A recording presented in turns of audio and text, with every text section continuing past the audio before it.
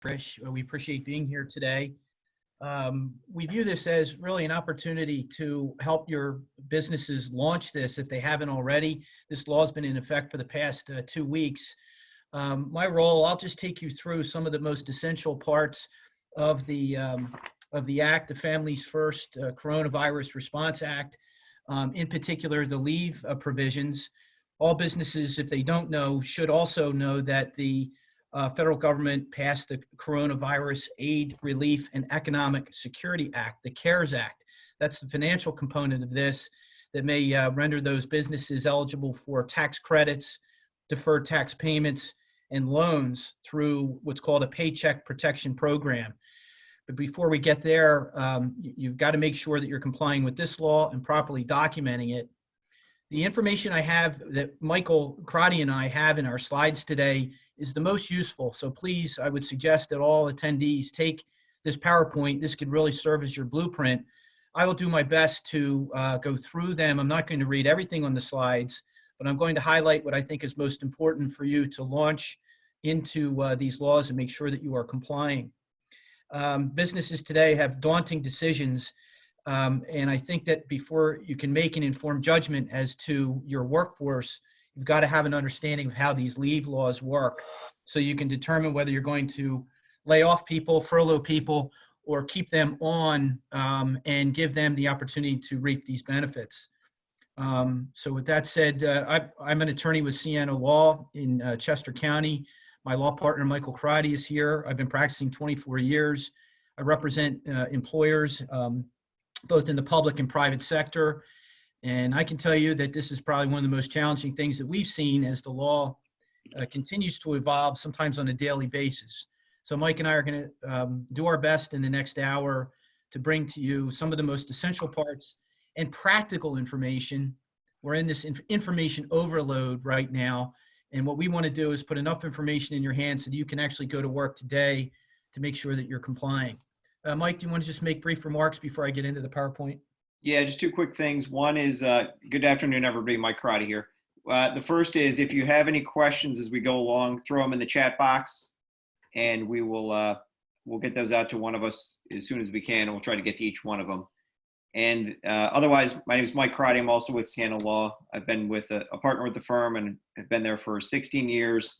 My practice is heavily based on municipal and regulatory work. And I'm also chair of the Government Affairs Committee for the Chamber, where we have our monthly meeting the first Friday of each month, and we go over legislation and all that other fun stuff. So if you're interested in that, touch base with Trish afterward. But otherwise, we look forward to talking to everybody today. Thanks, Chris. Okay. All right. Moving into the program. Next slide, please. There we go. So this is a primer. We'll be hitting notice requirements, eligibility, exemptions, documentation, record keeping, violations, and then Mike will get into, and by the way, the Secretary of Health has just implemented a very restrictive order on businesses. We'll get to that as soon as possible. Probably one of the most restrictive regulatory orders I've ever seen on the private sector, and it may even apply to municipalities. If you have municipalities on the line, it's just amazing to me how restrictive, our government is being right now in this during this pandemic. But in any event, so we'll move forward. Essentially, there are two parts of this law that we'll talk about today. Next slide. The first part of the law is, next one up, Jess, is the Emergency Paid Sick Leave Act. And that is the law that will apply to all employers under 500 employees, as well as all public agencies. All public agencies are on the radar screen. And what essentially this does is provide workers with 2 weeks of guaranteed paid leave, 80 hours, so long as they fall within one of the following categories. First, that the employee is subject to a quarantine order or isolation order.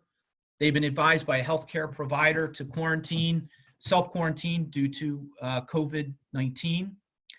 They themselves are experiencing symptoms of COVID-19 and are seeking medical diagnosis, or they're caring for an individual who is subject to an order of isolation or quarantine, or caring for a son or daughter whose school has shut down or has no other care. And then there's a sixth catch-all provision in the event they're experiencing substantially similar conditions specified by the Secretary, which has yet to be defined. So if you fall within one of those categories and you work for an employer under 500 employees, you're likely going to be entitled to this benefit. Next slide, please. The other part of the law extends the Family and Medical Leave Act. If you have less than 50 employees, you wouldn't be on the radar for FMLA, but here you are.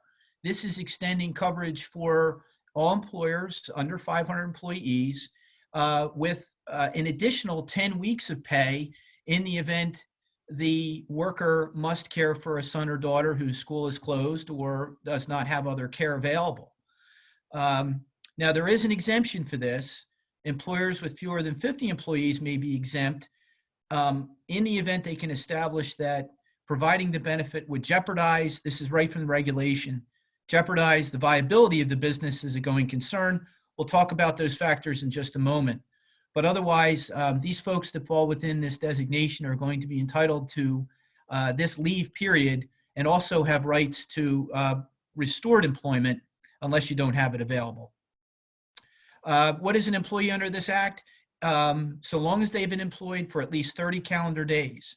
That's different from the other FMLA act that requires them to be there for 12 months. Next screen. Other points about emergency FMLA, it is up to 12 weeks, and that includes the paid week period under the Emergency Paid Leave Act. After the first 2 weeks of leave, then that will kick in, and they have to be paid 2/3 of the regular rate of pay. For each day of leave, the employee receives compensation based upon the number of hours he or she would otherwise be normally scheduled to work.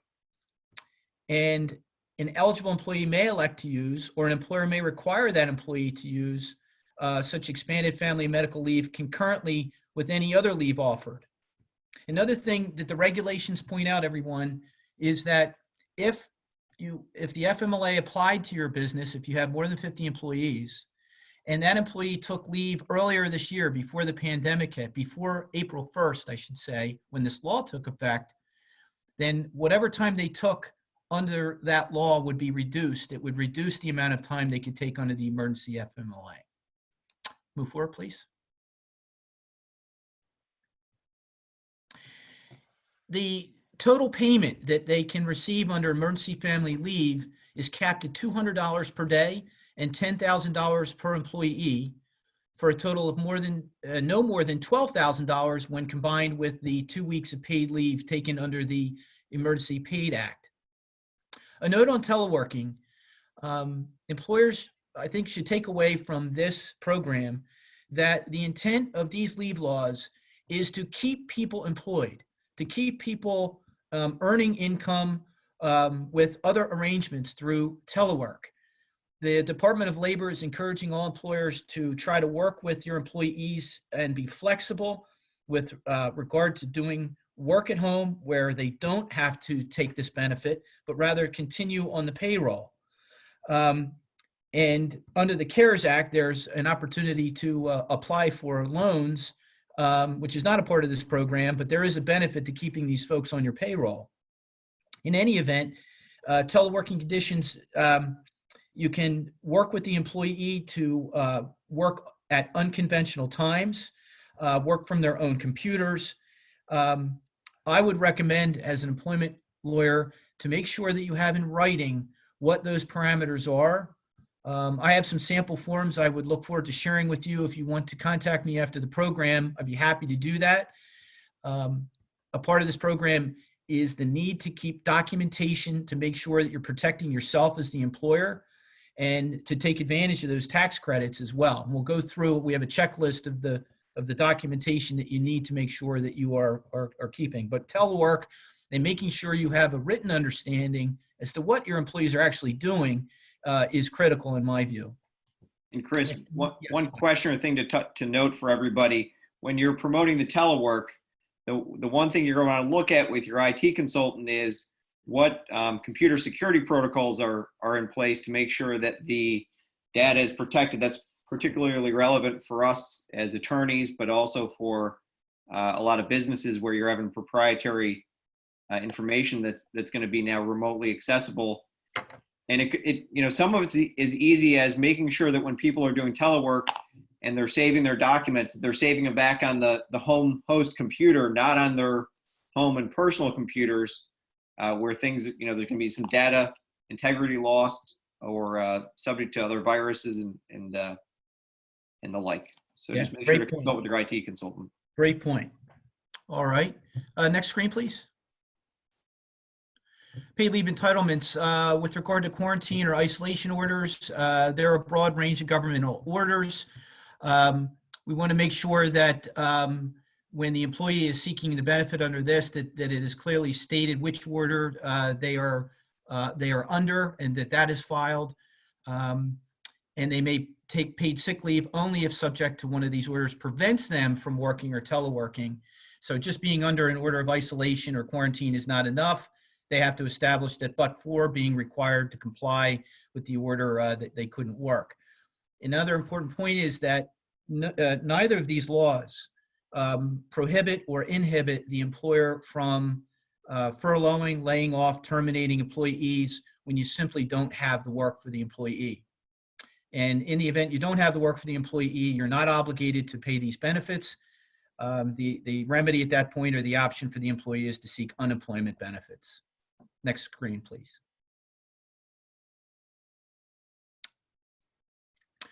All right, we've got some duplicative information in here. That's on self-quarantining. I don't need to go into that. We can move on to the next screen. The symptoms that could trigger entitlement. By the way, we'll get to some EEOC regulations, but the employer is actually permitted to inquire of employees whether they have symptoms of fever, dry cough, shortness of breath, or other COVID-19 symptoms that are identified by the Centers for Disease Control. Another great resource is to go online and go on to the United States Centers for Disease Control. They have, I think, continuing daily updates on best practices on how to clean and maintain a safe workplace, but they'll also identify some of those symptoms as well. Next screen. So the next reason when sick leave can kick in is when they're unable to work because of the need to care for a person. And one of the questions came up is, well, who are those persons for whom they can care and still be entitled to benefits under the Act? That would include an immediate family member, a roommate, or a similar person with whom the employee has a relationship that somehow creates an expectation that the employee would care for that person if that person is self-quarantined or quarantined. The kicker here is that when you have an employee who is seeking paid leave to care for another person, make sure that you have this in writing, and this is one of the forms I'd be happy to provide to you, where it requires the employee to send back just a brief statement as to why they're seeking the leave. That protects the employee, that protects you, and that will further document your file when you're seeking those valuable tax credits when those paid leave entitlements are paid. Next screen. So this has to do with the son or daughter being out of, or when their school is being closed. Son or daughter definition, this was asked in another program. What does that mean? The term son or daughter is a biological, adopted, or foster child, a stepchild, or a child of a person standing in what's called loco parentis. That would be, for instance, a grandfather caring for a child, and it's expected that a grandfather is going to, be the sole provider for that child. So that would be the definition. Move on to the next screen. Full-time versus part-time.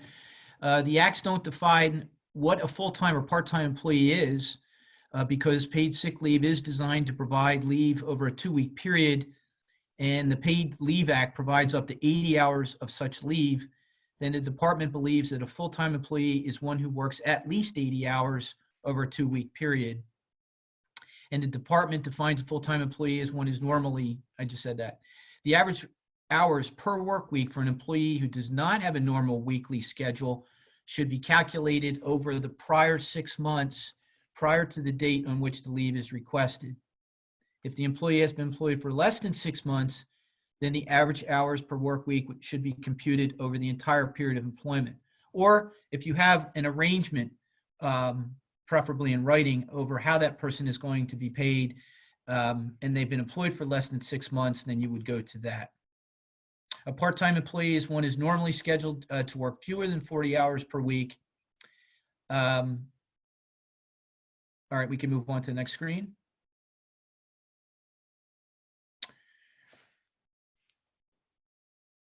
So here, for part-time employees, the computation is only possible if the employee has been employed for at least 6 months. The amount an employer is required to pay is capped. This is important. The amount the employer is required to pay is capped at $511 per day of paid sick leave, taken with an aggregate of $5,110 total per covered employee. Where an employee is taking paid sick leave at 2/3 pay, the amount of pay is subject to the lower cap of $200 per day leave and $2,000 in total for each covered employee. And because the Act amends the FMLA, then the employee may elect to use, or an employer may require an employee to use, accrued leave that under the employer's policies would be available to the employee to care for a child, such as vacation or personal leave or paid time off concurrently with the expanded family and medical leave. What does that mean? Please be clear that this emergency leave has to be paid in addition to those other leaves. You can't just force them to use other paid leaves when they qualify for this particular benefit.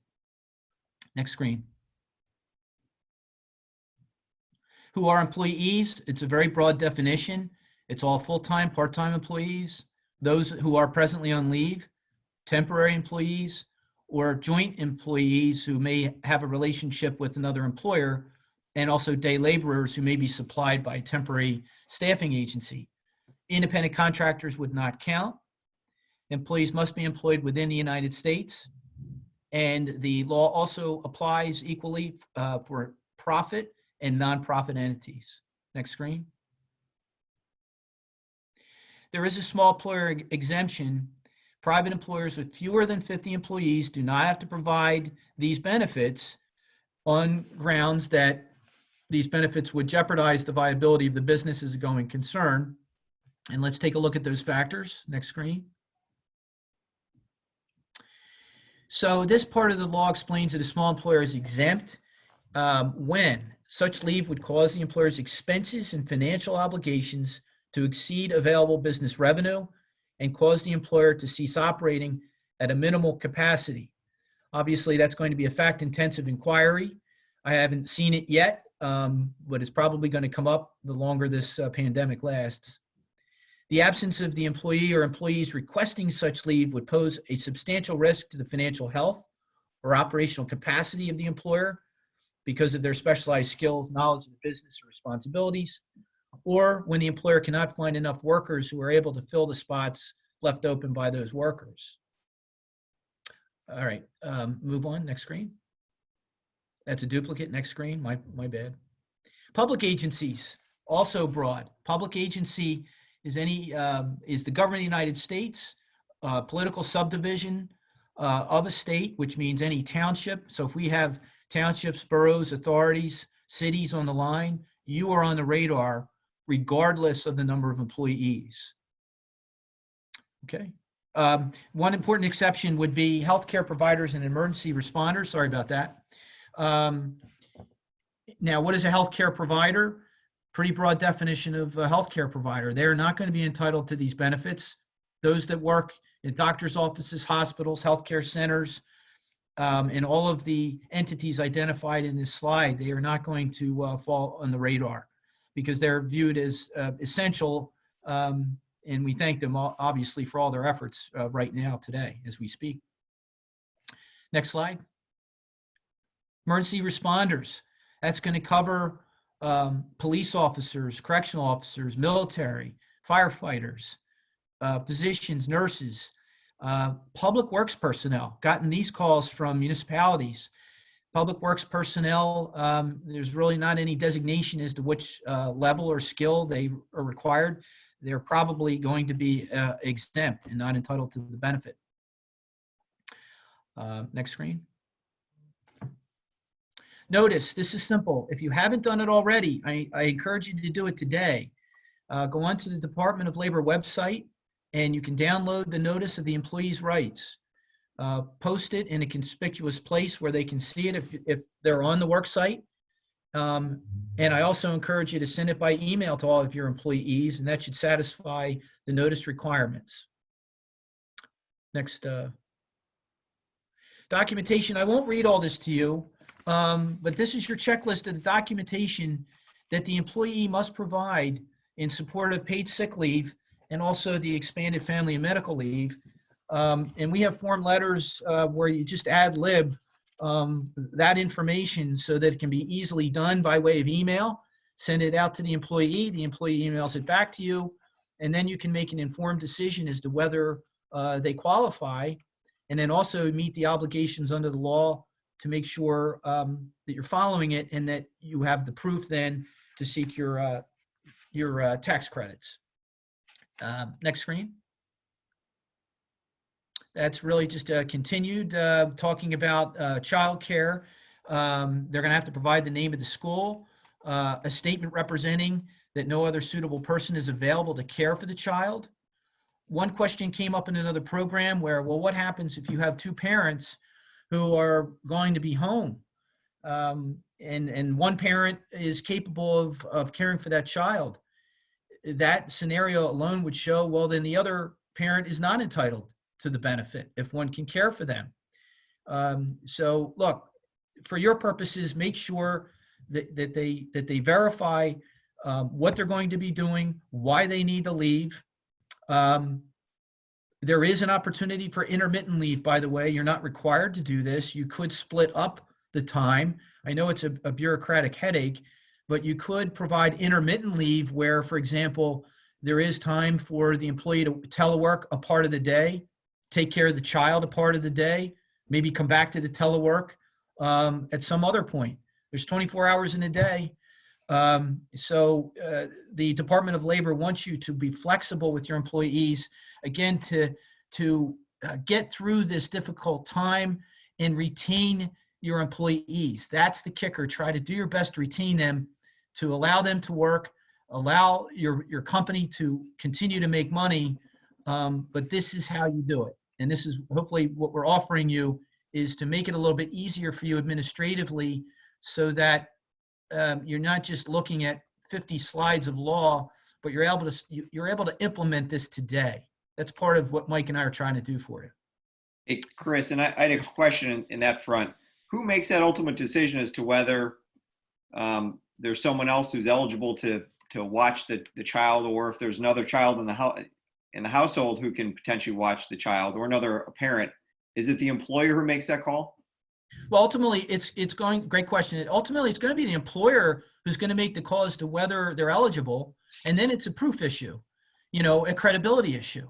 If the employee is telling you that I have to care for the child the entire time, but yes, my wife or husband are home, and you're satisfied that that is verifiable and truthful, well, ultimately, you as the employer are going to make that determination, right?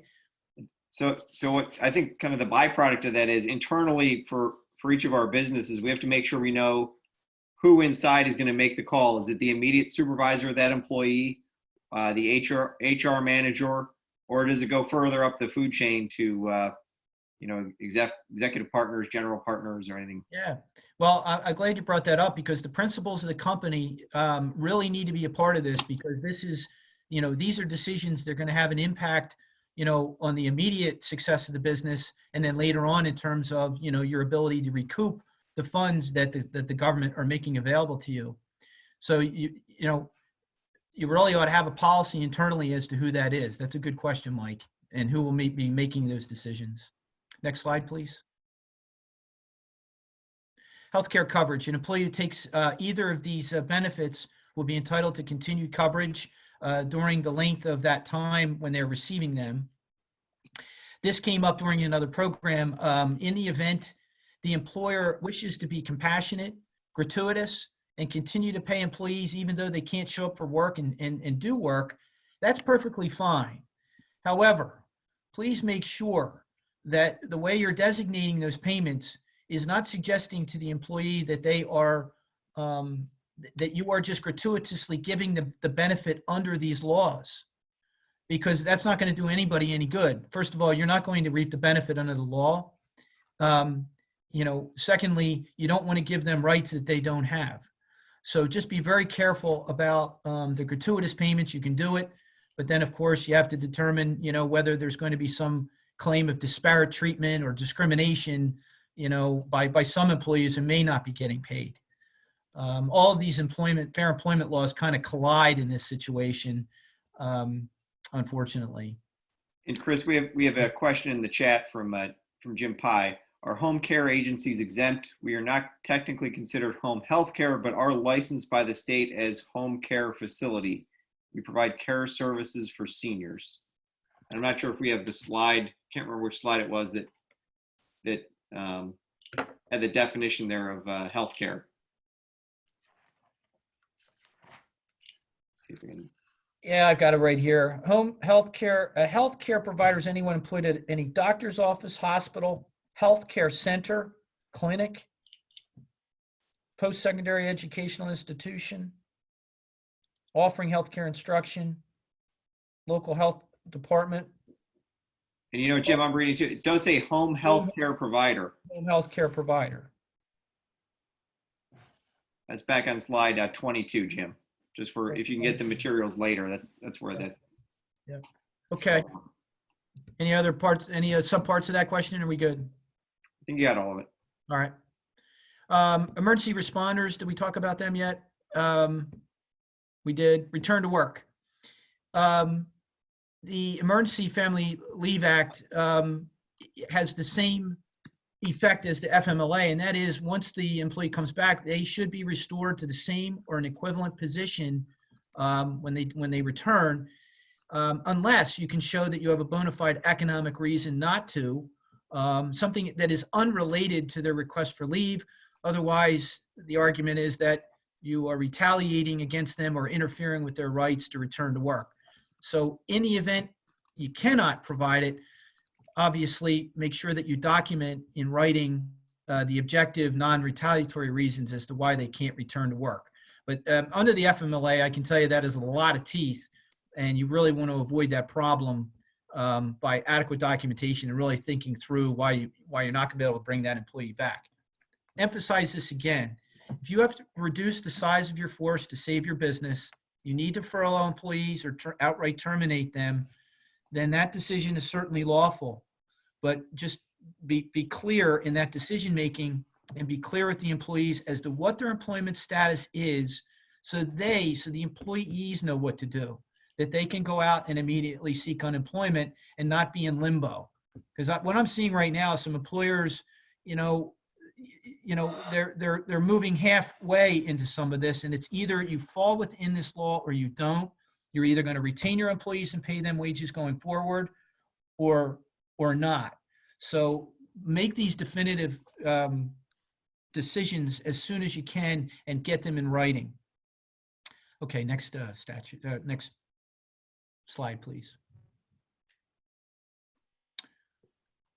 All right.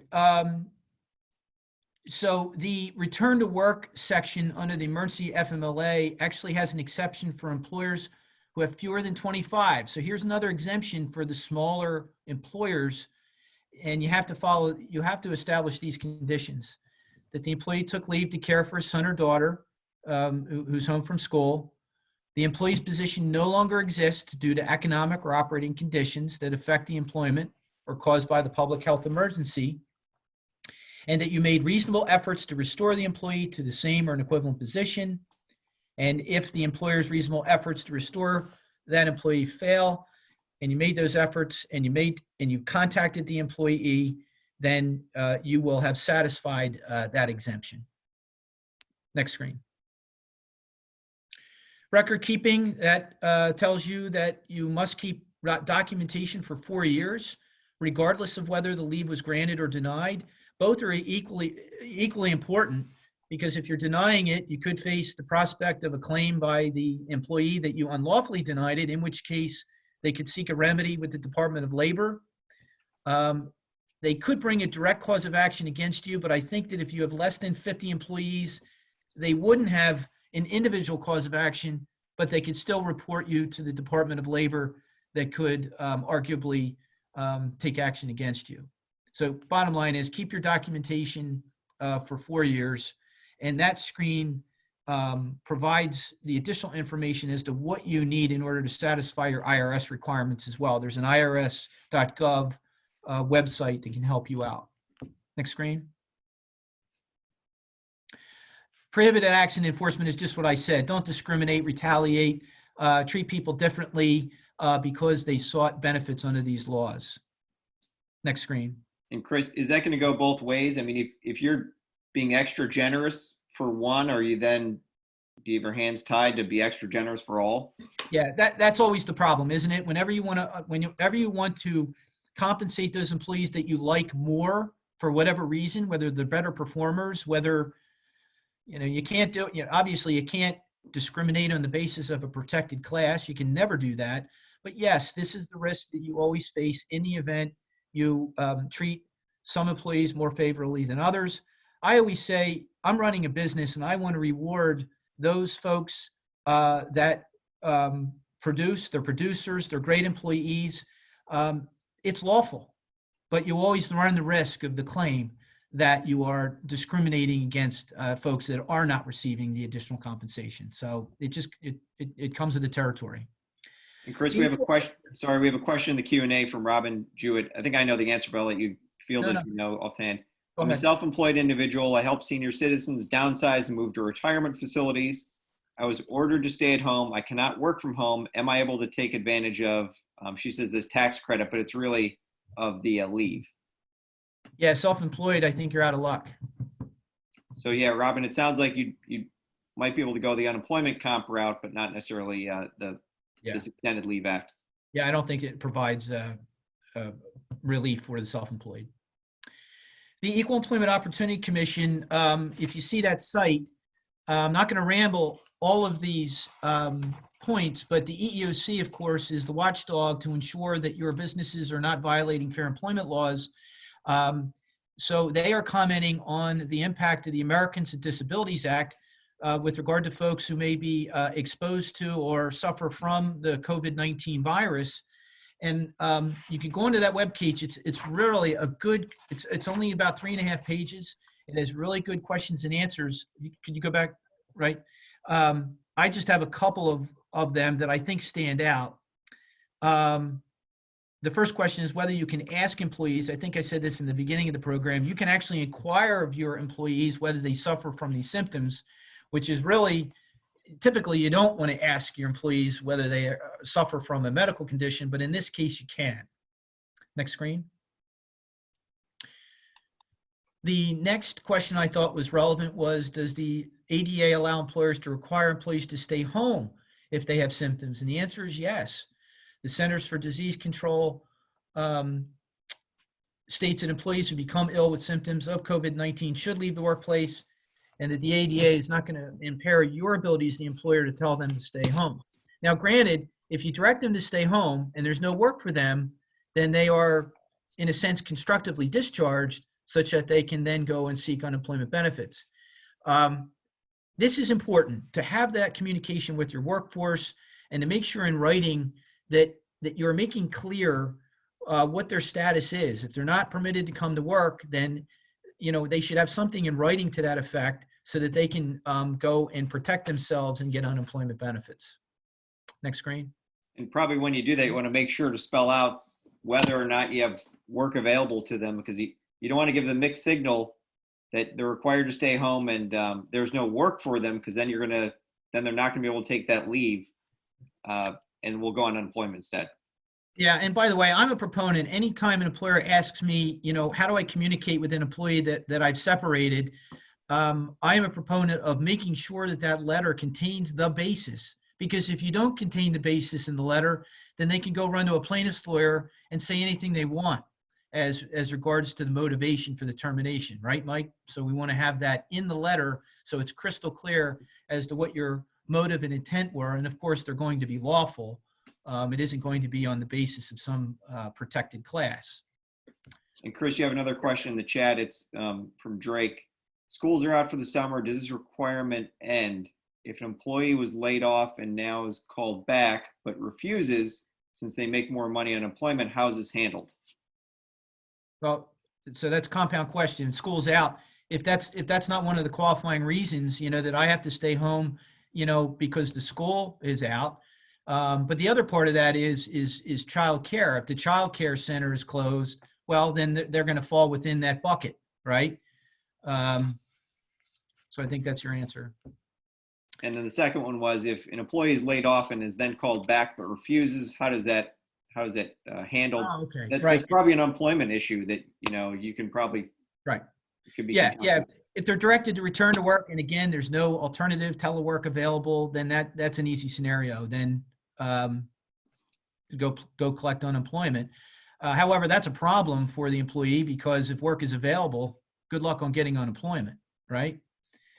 So it'd be interesting to see how the unemployment folks handle this, when the reason I can't work, I'm not aware of an unemployment exception, I have to stay home, and watch my child, All right. So another inquiry under the EOC: when employees return to work, does the ADA allow employers to require a doctor's note certifying fitness for duty? The answer is yes. But what the Department of Labor is saying is that please be understanding with the employee that maybe they can't get it from an MD, who are, the doctors are caring for a lot of sick people right now. So I think what they're asking you is to be understanding with regard to whatever note they produce. Maybe it's from a physician's assistant or someone less than an MD. That's what I'm guessing. Next screen.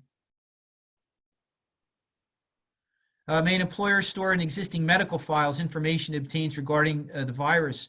Look, this is ADA 101. You never, ever want to keep medical records in a personnel file as defined by the Pennsylvania Personnel Files Act. You always want to maintain any medical records on your employees in a separate medical file per employee. That's always good practice, and that would be in compliance with the ADA. Next slide. All right, that's going to conclude my remarks. Again, if there's any other questions or you need anything after the program, please feel free to call me directly or send an email to me. Turn it over to Mike. Great. And as I always do when Chris gets done talking, I like to try to distill out maybe some of the more important points to note, because there's obviously a lot in this stuff and a lot of detail in the slides. So my takeaways when I listen to Chris talk are, number one, this is going to apply a lot broader than the FMLA otherwise would. So it's going to apply to nonprofits, which is a huge change from the past, small businesses, those less than 50 employees, as well as local government. So if you're not adept or attuned to FMLA stuff, you've got to be now, because you're going to be brought into that world. Next, in terms of broadening the scope of it, while the FMLA covers employees that have been on the minimum of 1 year, 12 months, this is now going to cover all employees who have been there for just more than 30 days. So it's a much broader scope. The next big takeaway that I've gotten from this is, if there's no work, then they're not allowed to take the leave. Okay, so it's pretty straightforward there. Of course, you're going to want to document that, because you could have a claim back against an employee that you're claiming that you don't have the work when they really do, and it's a discriminatory basis. You're just trying to prevent them from taking the leave. The other side of that coin, though, is if you don't have any work and they're not allowed to take that leave, and they then claim unemployment, you might disqualify yourself or limit yourself if you have a PPP loan that you're trying to pursue. The other big takeaway, of course, is documentation. And we're lawyers. It sounds like we're always wanting things to be documented, but it's going to be critically important here from a lot of different perspectives, from the regulatory with the Department of Labor, but also with your employees and your internal personnel stuff.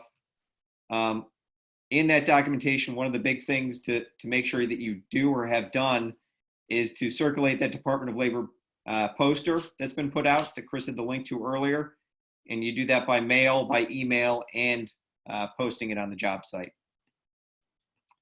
And Chris, my only other question is, and this was sort of implied in one of the other questions earlier, when is this all going to end? Does this act with the extended leave, does this end when the Pennsylvania governor issues an order declaring an end to the disaster emergency, or is it stay in effect for some point after that? This is through the end of the year. That the application of the act is through the end of the year. Okay. So obviously, whatever orders from the governor may affect the quarantine and, those types of orders. But this is law until December 31st. Okay, great.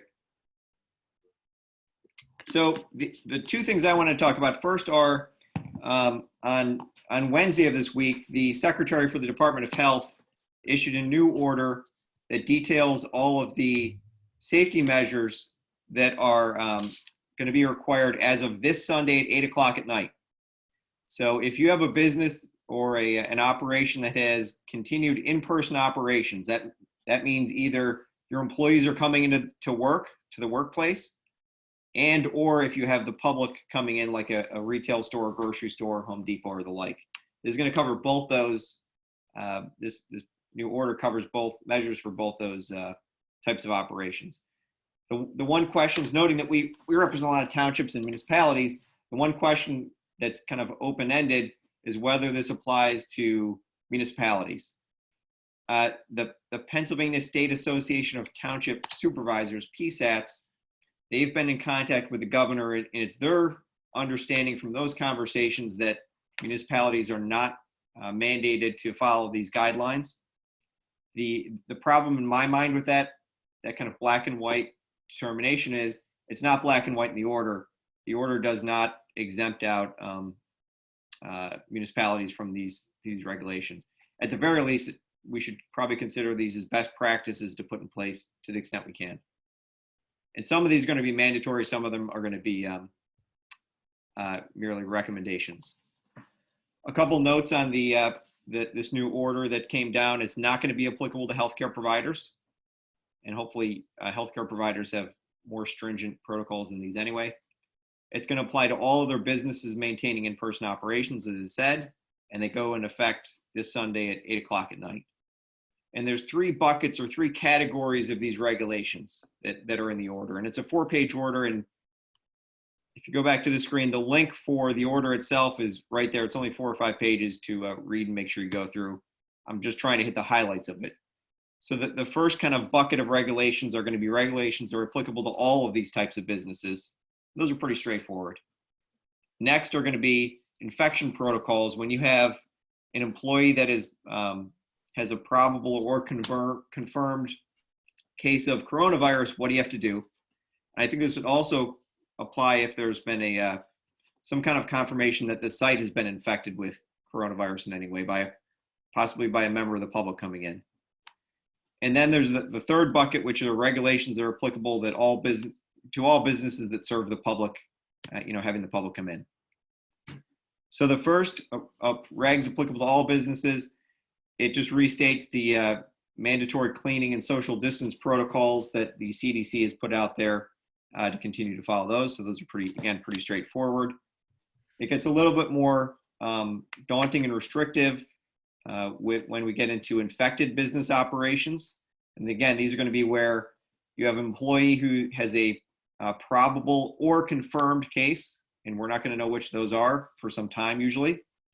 And some of these are going to grade against some of the stuff or go against some of the stuff that Chris was mentioning earlier, unless you have a cooperative employee, and I'll get through that in a second. So one of the first big protocols that are being put in place is if you have an infected business operation, you're required to close off, clean, and ventilate the areas visited by that person that has the probable or confirmed case. And then you have to wait 24 hours, quote, or as long as practical. And the issue here with a lot of our operations are going to be how limited or how broad the scope of that area you have to close off is. Because that, if it's a key component of your facility, or even if it's a not a key component, but large portions of your facility, does all that have to be shut down, and what do you have to do?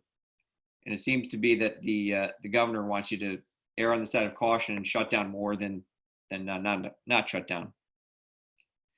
Next, and this is going to be a tricky one, the next two, from the employment perspective, you have to identify all employees who are within 6 feet for a period of about 10 minutes of the infected areas within 48 hours prior to the infection. So the difficulty here is going to be when, under the HIPAA laws, traditionally we cannot disclose when to all the employees when one employee has been confirmed sick with some sort of an illness or a medical condition, because of HIPAA prevents us from doing it. So here, if you're going to do that, and as we do this, one of the first things you're going to want to process with the potentially infected employee is their consent to you disclosing to others in the workplace that they're the person that has the probable or confirmed case. Because otherwise, your ability to identify all these other employees who are within that 6 feet area, you're only going to be able to go by the infected employee and what they recall. You're not going to be able to then reach out to those other employees to assess from their perspective, or other employees that are not mentioned, if they were within close proximity of that person. And then, of course, if one of those other employees becomes sick, now it becomes a domino effect. We've got to start a new round of cleaning, new round of identifications, and continue on from there. It also requires that we promptly notify employees who are those close contacts. But again, note the HIPAA implications here. We're going to want to make sure to get consent from that employee, employer, employee, to be able to identify themselves. Otherwise, we have to keep it generic in our notice. And of course, when you do get that HIPAA consent, it's going to be important to document that. In terms of what we're looking for when we're starting to do these regulations for infected business operations, once you have an infected area or infected employee, we're going to be required to implement temperature screening prior to the start of work for all employees. And operationally, we're going to want to determine, first and foremost, who's the person on the job site who's going to be responsible for doing that? And then where do we keep those records? I mean, do we keep them in not in the personnel file, but do we keep them in a uniform central location, or who's keeping those records? The magic number for some reason is 100.4 degrees. If an employee has a fever, cough, shortness of breath, or a temperature above that temperature, we're going to be required to send them home, not allow them to work. Then, of course, the question becomes, do they fit then within the Leave Act definitions that Chris mentioned earlier? Do we have to pay them? Can we require them to still work if they don't have a confirmed case at that point in time, if we have the telework available for them? The order otherwise punts over to the CDC quarantine regulations for impacted employees, but it calls out, of course, staggering break times so employees are not taking breaks at the same time, limiting employee common areas like lunchrooms, locker rooms, and other areas where employees might congregate, so that there's only one in there at any particular point in time. Refraining from in-person meetings if we can, and promoting virtual meetings and virtual training. If the order indicates that if we are having in-person meetings, have no more than 10 people in that meeting at any one point in time. The order also directs us to provide soap, hand sanitizer, disinfectant wipes, okay, cool with all that, and masks to all the employees if we have an infected business operation. And so the question we're all going to have to grapple and work through is, what do you mean by masks? Are those the cloth masks that our neighbors are making and friends and family are making that we're now going to be required to wear? Or are they the N95 masks or something in between that have to be used? I think from what I've seen, it's going to be more the cloth mask requirement. But again, these are something the employer has to provide under this act if there's an infected business operation. Again, if there's an infected business operation, there's now a mandatory requirement as of Sunday at 8 for all employees to wear masks while on the work site, except for when they're on their breaks. That's going to be a big shift from us going to the grocery stores and being able to see the cashiers and the clerks and everyone else. They're not required to have masks on. If there was an infected business operation, we're now going to be required to do that. And one of the questions as we implement this is, well, if we're in week 1 and we had an infection, fine, and we implement all these measures, when does that end? Because if we're stretching into 2 or 3 more months of this, but we're several weeks or maybe a month away from any kind of last infection in our business operation, do we still have to maintain this mandatory requirement for all employees to wear masks? And I don't have that answer. The order also directs us to prohibit or limit non-essential visitors, and of course to communicate all these protocols to the employees. Probably the easiest way to do that is when you're sending out that poster that Chris mentioned earlier, tag into it. If you're one of these businesses, tag into it the governor's new order indicating which of these measures your business is going to undertake and how.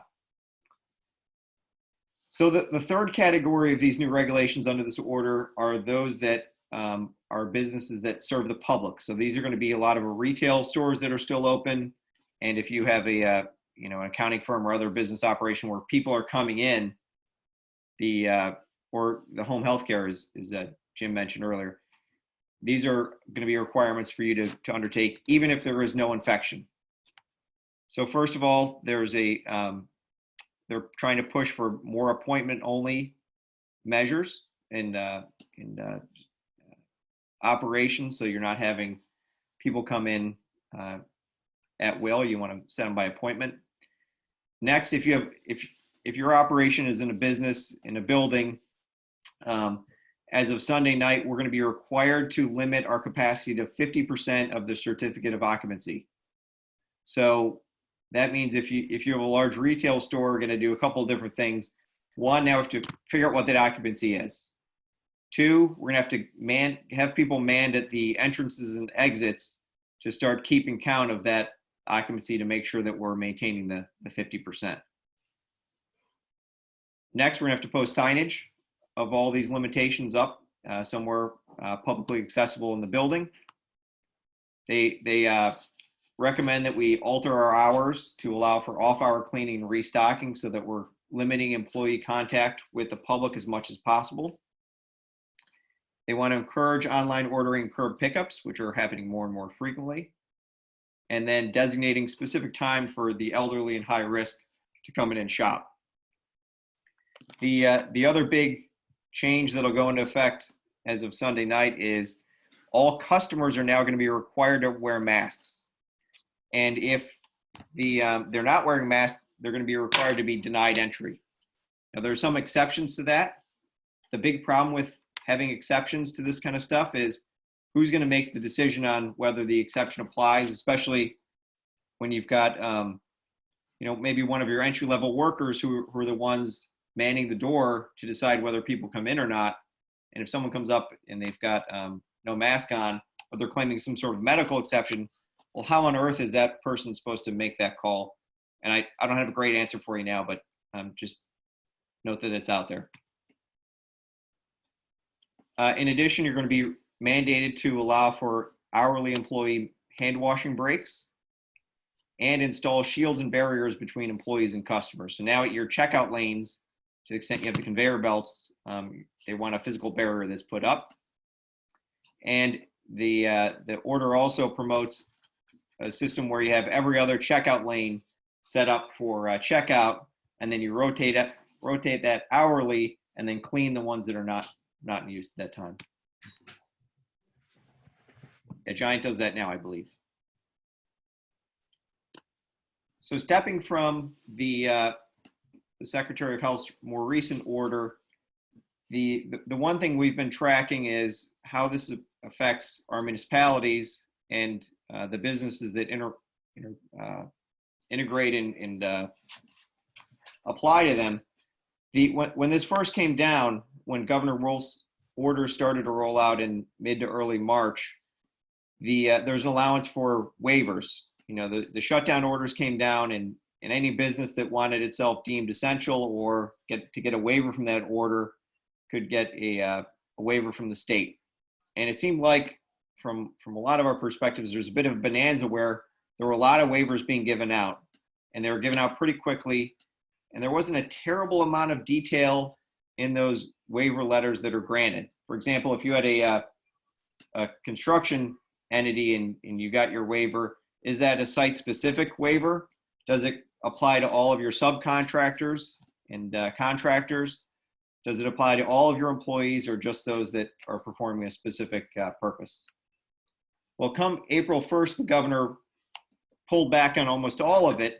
And after that point in time, the waivers are limited to essential businesses, as well as those operations where they're really just buttoning up and shoring up and closing up the job sites so that no construction can continue. There is and I gave the link here for the actual order for everyone to check out from April 1st. There is a bill pending with the House to require that all construction operations be deemed essential and be allowed to continue forward. But I haven't seen that move in over a week, so that's still sitting out there.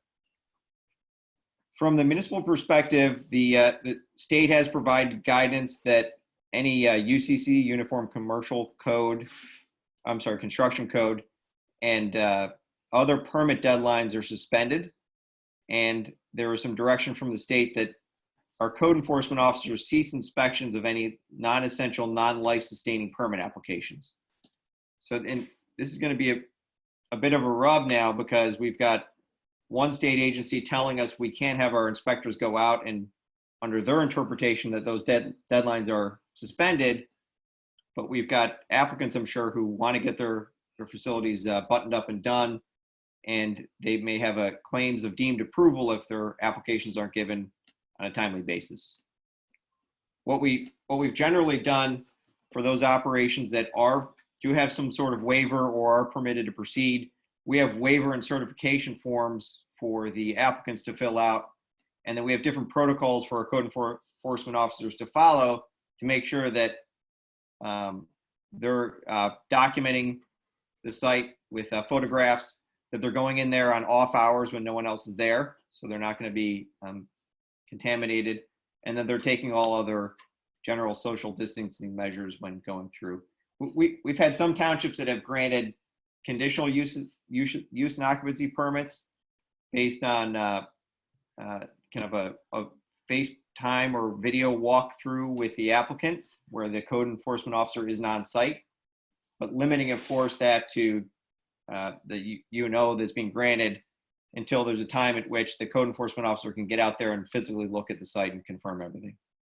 But if you're on the development side, you're going to want to make sure to document the stuff pretty heavily to make sure that you don't have to start opening up walls or doing anything like that. And on the same thing from the municipal perspective, you want to make sure to get that documentation so you know what you're going to be looking for. Sort of to the rescue, or as a response to it, to all this, Senate Bill 841 was introduced about a week ago, and that was passed in the Senate, and the House version of it passed earlier this week, and now it's on the governor's desk for his signature.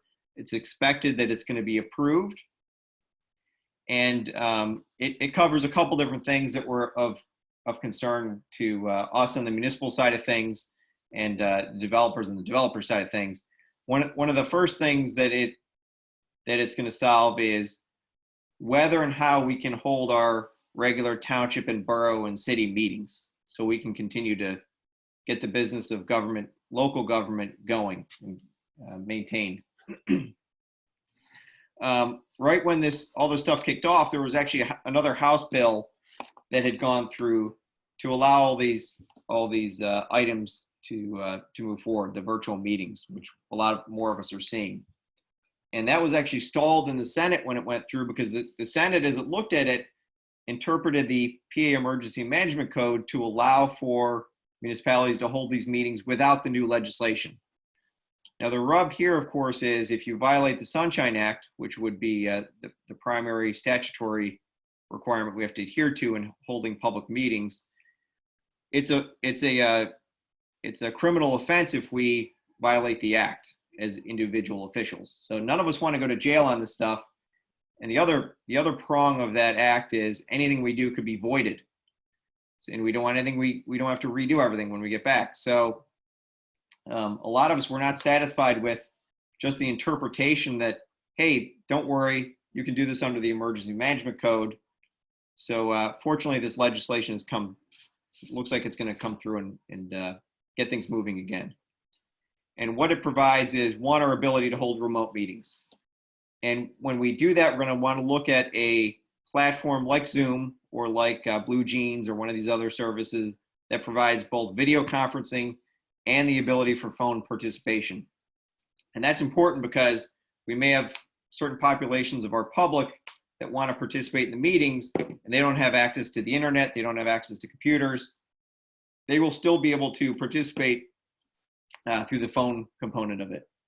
It leaves open, of course, some of our, in Western Chester County, and as you get out toward Lancaster, when you have Amish populations or those that are technology averse for religious reasons, then we've got a whole other mess we've got to sort out as to whether we're having an accessible public meeting. But Senate Bill 841 will allow us to have that regardless of whether they have the ability to participate. In order to take advantage of this, we have to post a notice in the newspaper and also on the township or borough website. So the big question that comes out of that is, what level of detail do you have to put in that advertisement? Do you have to put the meeting ID and the password, or can you simply note that they have to contact the township in order to get that information? We've been erring on the side of caution as we can to put them in the newspaper in the very least, the meeting ID and the passwords, and instead of having folks try to contact our officials directly. And the concern from the township perspective, of course, is if we put it out in the newspaper, the meeting ID and password, you increase the potential for someone to hack into the meeting and Zoom bomb and disrupt the meeting. But I think there's other, and that actually happened in Union County in the center of the state, where their county council meeting was disrupted by folks that were blasting stuff over the Zoom meeting, and I think they just ended up ending the meeting altogether. There are other ways to do it mechanically through Zoom and these other platforms where you can kick people out and mute them and boot them from the session altogether. Otherwise, when we approach these meetings, we're going to have public participation just as we have with our normal meetings. We can allow under the Act for people to submit their public comment by email or some other method before the meeting, so it can be addressed. But when we've held and hosted these meetings, we try to run it like a regular meeting and open up for public comment when we're at the public comment period or making motions. The next big, the big impact of the Senate Bill 841 is that it's going to suspend and toll any permit deadlines and statutory time deadlines that are otherwise out there for a period of effectively 30 days from whenever it's signed. That'll give us the ability, if we have any land development plans or zoning applications that would be otherwise deemed approved, we're going to be able to push those off at least for 30 days. In terms of what happens after that point, it looks like we're going to have to start holding these hearings virtually through Zoom if things are still shut down. During that 30-day period, an applicant or landowner may still request that their hearing move forward, but it's in the discretion of the township or the borough to do that, to whether to host the hearing. And there's different theories on that. Some townships and boroughs are looking forward to trying to get business as usual as best as possible and get these hearings underway. Others are concerned with the more practical effect of, if we hold a hearing, how are we going to get a court reporter to swear people in and appropriately take down the testimony, and how are we going to handle and juggle all of the different parties that are out there who want to object to the application or present their own testimony and evidence. And that's something that's going to have to be worked out mechanically and practically with all of our munis as these hearings start to roll through. And the next big thing of note in the Senate Bill 841 is it's going to allow, especially for businesses, it's going to be important, electronic notarization. There's been some waiver of the requirements so far by the department to allow for remote notarization, but this bill would legislatively put that in effect. You have to be using a department-approved technology. I've kind of heard on the side that there have been some issues with that, but that'll have to be worked out as well. There's generally training that the notary has to go through to be able to comply with all the requirements of these new provisions. If you're going to use a technology that is not department approved, you have to give 30 days notice to the department and its ability to accept or reject it. Of course, there's a promotion for audio-visual recording of the actual execution so that you can make sure to document when someone was signing it and what forms of identification they have to confirm who they are. And these provisions in the Act expire 60 days after the coronavirus orders are lifted. So this is not going to be a permanent allowance of e-notarization. It's only going to be for the period of the disaster declaration that we're in right now. Other impacts from the municipal perspective that we're keeping our eyes on, the first one is going to be trash and recycling, which is critically important when we have more and more people at home. We're now really going to rely on that trash to get out of there.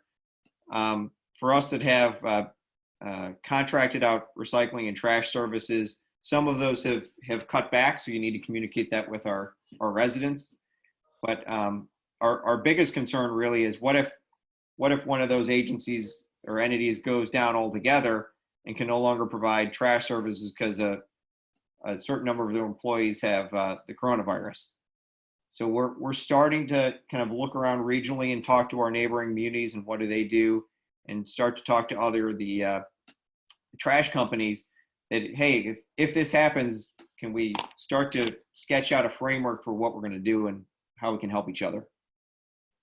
Municipal paving projects, for most part, those seem to continue to be going forward as we're having our meetings and those are going out to bid. Ironically, now is probably the perfect time for a paving project to get done because there's so much fewer traffic on the road. But that is, your general paving project will not probably qualify as an essential service. So it's going to have to wait until after things open back up. But that doesn't stop us from going out and soliciting the bids for the time being. And then the last big impact that we've had to deal with both Chester and Delaware counties is the scope of our emergency services, particularly police and fire companies and ambulance companies. What do we do if we have employees that are getting infected, especially in our police departments? A lot of municipalities have started to look at regional mutual aid agreements so that they can start sharing officers if there's a need, a staffing need because of coronavirus issues. At one point, there was a countywide mutual aid, Chester County countywide mutual aid agreement going around, but that doesn't seem to have gained too much traction after. There's a lot of union collective bargaining agreement and other personnel issues that get involved with it. With that, I'd like to thank everybody for your time. I know that Trish has a note at the end here about SCORE. If you can contact, if you have any questions after the meeting, if I missed any of your questions, feel free to get in touch with Chris or I afterward, and we can talk about things. Otherwise, I'll turn it back over to Trish. Mike and Chris, thank you so much. That was so informational, and hopefully everybody took a little something away. And if anybody has any questions, we can we'll forward this slideshow along to everybody, and Chris and Mike's contact information is there. If you need some sample letters or you need them to walk you through something, they will be happy to answer your questions. They are a great resource and amazing attorneys, so we're lucky to have them. Just wanted to mention our partnership with SCORE. And as you can see on the slide right here, I won't read it all, but they are here to help small businesses as well. They can guide you through the SBA loan process, as well as your different resources available to you as a business right now. So you'll see their website right there on the screen, and it's a no-cost service to you, and they are business executives that volunteer their time. So again, thank you all so much. I hope you have a great weekend. If you know what day it is Friday afternoon. So hopefully you can enjoy your time away from work, and hopefully we'll see you soon. Thank you all. Take care. Thanks, guys. Thank you. Thanks, Trish and Jess and Jacqueline.